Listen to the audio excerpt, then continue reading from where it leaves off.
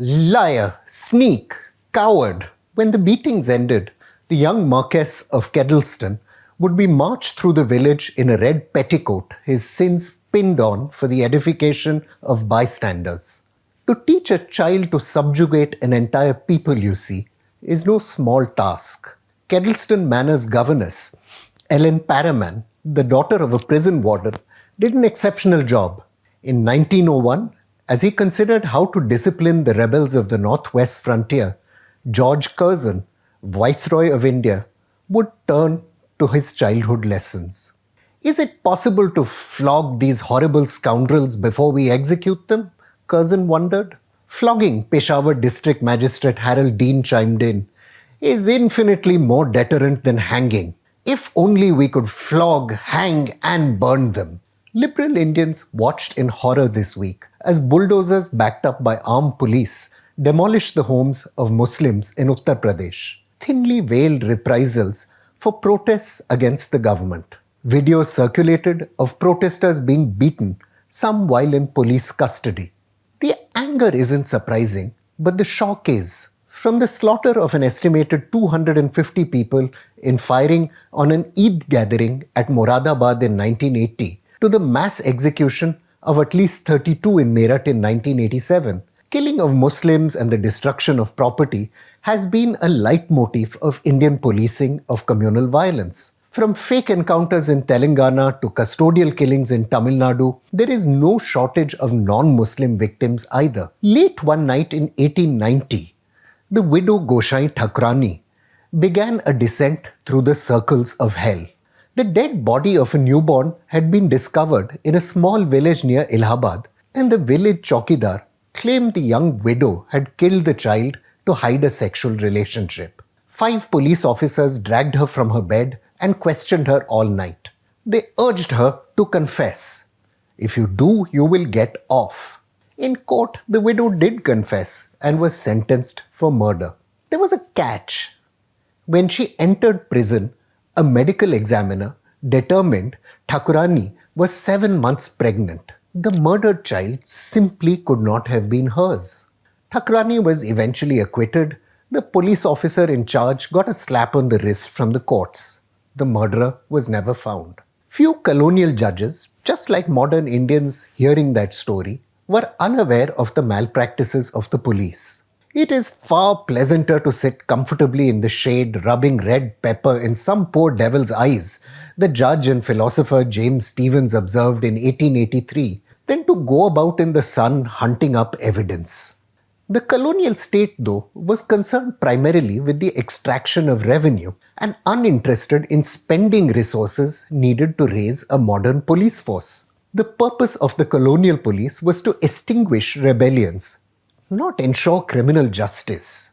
A license to kill was provided in place of the rule of law. From the mid-1830s, the Malabar coast had begun seeing a series of attacks against Hindu janmis or feudal landlords, reinstated to their landholdings after the East India Company defeated Tipu Sultan. Fights sparked off by the eviction of Muslim tenants escalated into the destruction of temples and the killings of Hindus. Led by religious revivalists, martyrdom-seeking suicide attackers also engaged in a series of bloody skirmishes with colonial troops. The British responded by seeking to strip the Malabar jihadists of their religious legitimacy. For a time, the historian K.N. Panikkar has recorded, they considered burying the bodies of those slain with dogs or other ritually impure animals. They finally chose to burn them, a practice which would continue until 1921. Events in the northwest frontier, where imperial officials came under growing attack from ethnic Pashtun tribes, went the same way. The Murderous Outrages Act, historian Elizabeth Kolsky writes, allowed administrators to burn the corpses of those who killed British officers. It didn't work. Lieutenant Colonel Gilbert Gaisford was among many on the frontier who insisted that barbarism was needed to crush the Pashtuns. When I said they would be hanged, he wrote, they answered they were quite prepared for that. But when I added they would be subsequently burnt, their color changed and thenceforth they were changed men. 18 months after he made that declaration, the officer himself was murdered in his bed. In the first 30 years of British rule on the frontier, Kolsky notes, the British launched more than 40 punitive expeditions in which crops were trampled, livestock slaughtered, and entire villages burnt to ashes. But fighting continued until 1946, and this despite the fact that the British started using air power against unarmed Pashtun villagers. The Malabar violence also dragged on until the murderous Malabar uprising of 1921. Even though the savagery didn't achieve any results, forms of collective punishment began to run through the administration of colonial criminal justice. In Kolkata, then Calcutta, communal violence had begun to escalate as the city's fledgling political leadership sought to recruit religious identity to their cause. In 1910, disputes over alleged cow slaughter in a slum mosque led to fighting. Then in 1918, a newspaper carried an article allegedly insulting the Prophet Muhammad's tomb, leading to a protest march and more violence. For elites of both communities, historian Sugata Nandi has shown, it proved convenient to blame Goondas for the rising violence. In 1923, a law was passed allowing Goondas to be removed from the presidency without being tried for an actual criminal offence. And there was no definition in the law of who a Goonda actually was. The Goondas Act laid the foundation for legislation now used in several states, notably the Uttar Pradesh Gangsters Act, which is key to the Yogi Adityanath government's high-profile campaign to seize the properties of alleged criminals. The Gangsters Act makes membership of a gang illegal in language many legal experts believe actually enables abuse. District Magistrate may seize the property of any individual they believe is a gang member, even if no court has convicted them of any crime. The victims of the Kolkata Goonda law might have been working-class migrants of little consequence, but their persecution established a principle. No crime need have been committed in order to be punished.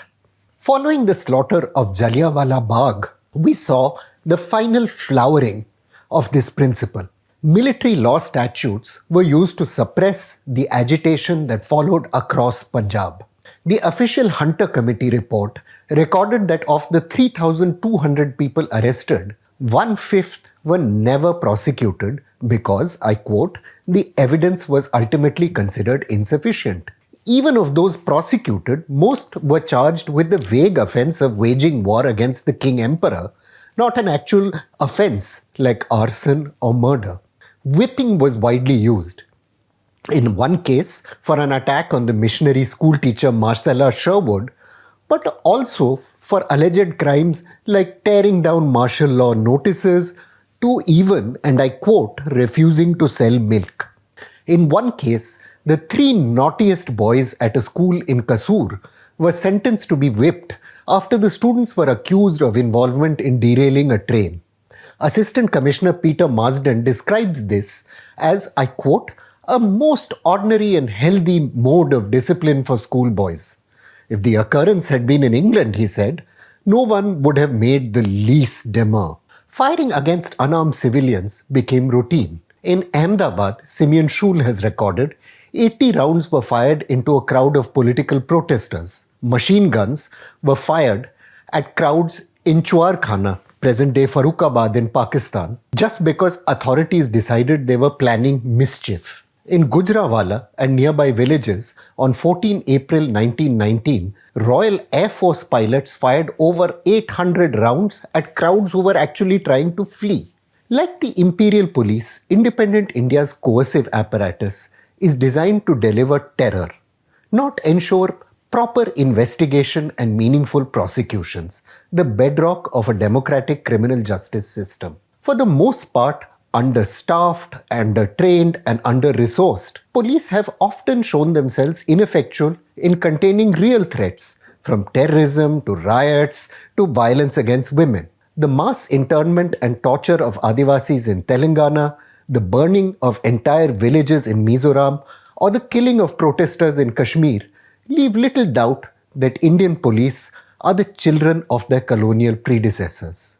Like Curzon, they've learned the wrong lessons only too well. I'm Praveen Swami, and I'm National Security Editor of ThePrint.